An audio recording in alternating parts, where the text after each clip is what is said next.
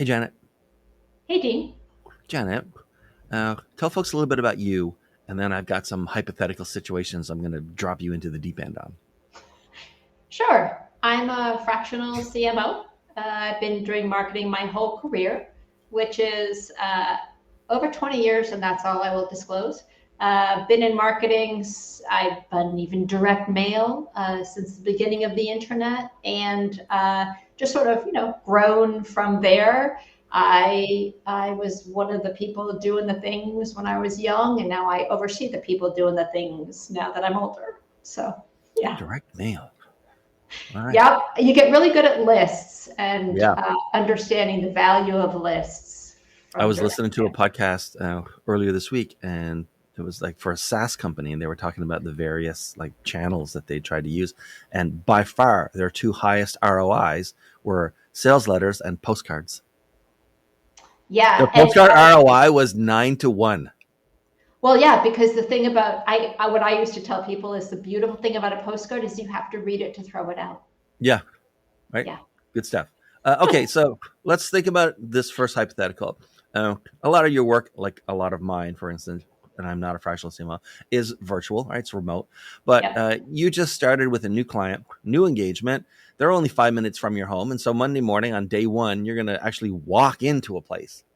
When you walk into a place, day one, first morning, fractional CMO, what's your dream scenario you're walking into? And what's the nightmare scenario you're walking into? Yeah, so my dream scenario is walking into a new place with a new client where the CEO is really curious and excited to have me there. Mm-hmm. And, they already have a product that works.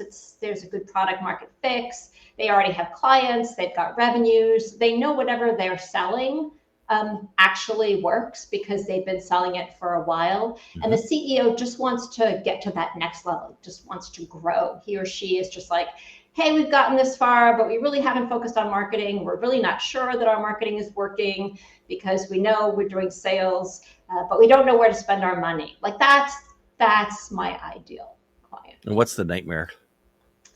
The nightmare client is they say they want that, Mm-hmm. but marketing. Like, how hard can it be? I've written copy. I've done ads. We are on social media, and like, how are we? Like, I think I understand it. It's all about the CEO's attitude, Right. where they think they know better. So they've hired me, but they think they know better, and they're not really open and curious to trying something new or to look at something new or to understand the data that they have somewhere and what it says. Right. Okay. So that's day one. Let's jump ahead in this scenario to day 90. Okay. Yeah. What was the client's aha moment about you or marketing or fractional CMOs in the first 90 days?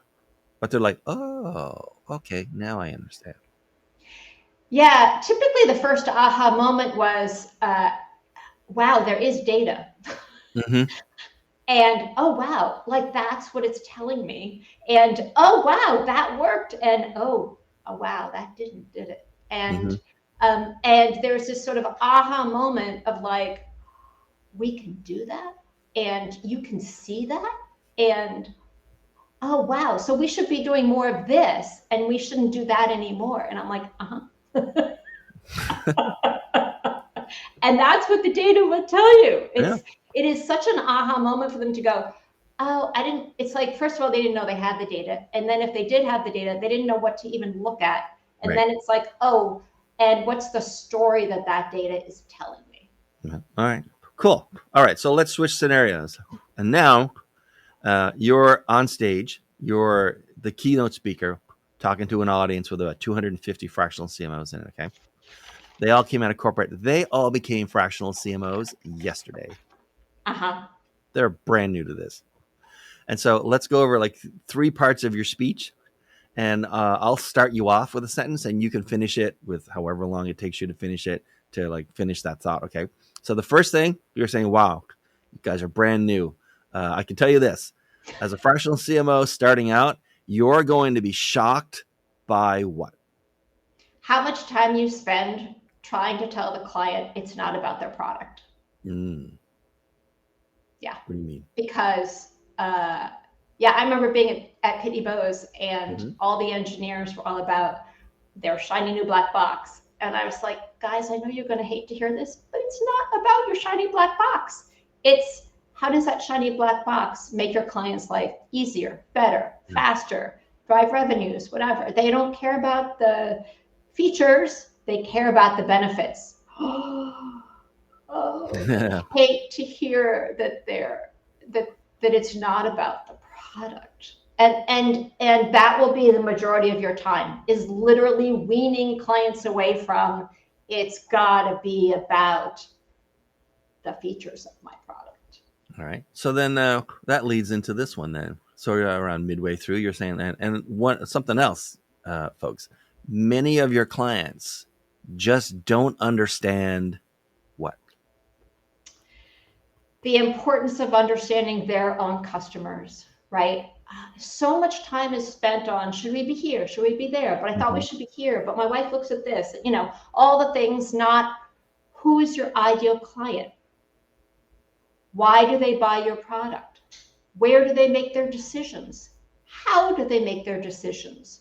Are other people involved? I mean, there's just so little thought about the process of buying, because I do a lot of B2B, right? A Mm-hmm. lot of B2B is where do they even look for new vendors? Does procurement get involved? Like all these questions about the process of buying your product, not where should we be? Right on. All right. And so, like, we're at the end of your speech. Some intern is trying to wave you off, right? Or raising the music. You just keep talking because you got so much to say to these new fractions. And they're sort of pulling you off the stage and you say, one more thing before I go. The number one thing you should remember about getting clients is what? The number one thing you should remember about getting clients is being trustworthy Mm-hmm.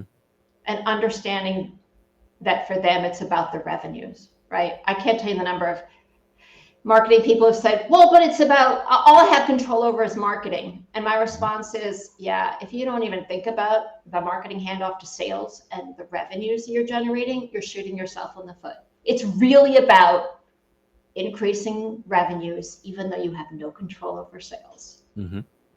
All right. So you finish your speech. It's part of a big conference. So now you're out on the conference floor, a bunch of booths and stuff. A lot of prospective clients out there. Okay. So he's just having conversations. People write, hey, I saw your speech, or I saw that you were going to be a speaker. So you're talking to prospective clients. Uh,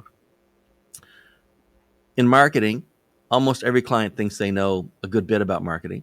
It's just the nature of it. Yep. Right? As you're talking to companies these days, what is overrated that they just insist on talking about? And what's underrated that you think they'd benefit from if they just paid more attention to it? Yeah. So what's really overrated is this whole content thing. Yeah. Well, we have to generate content. It's all about content. And even, like I said, when I was at Pitney Bowes, content was a really big thing. The problem is the same amount of money that you put into content, you have to put into distribution. Mm-hmm.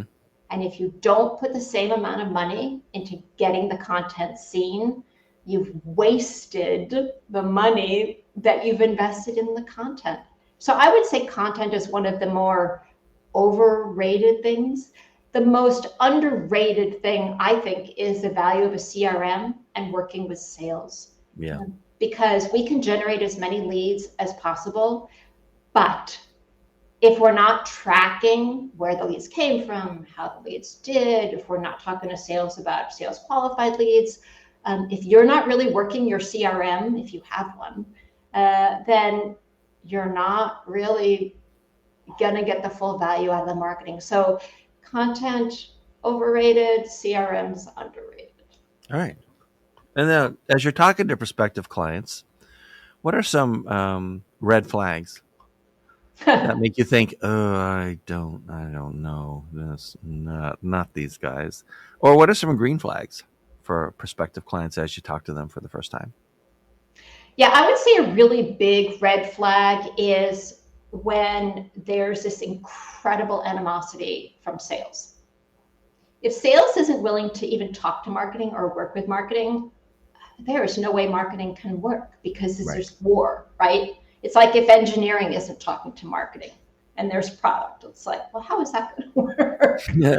Right? Those are really, really big red flags. And sometimes you can work on those and make them better, but that's very hard to do from an external perspective as a fractional CMO to come in, right, with a peace pipe. Like that's really hard.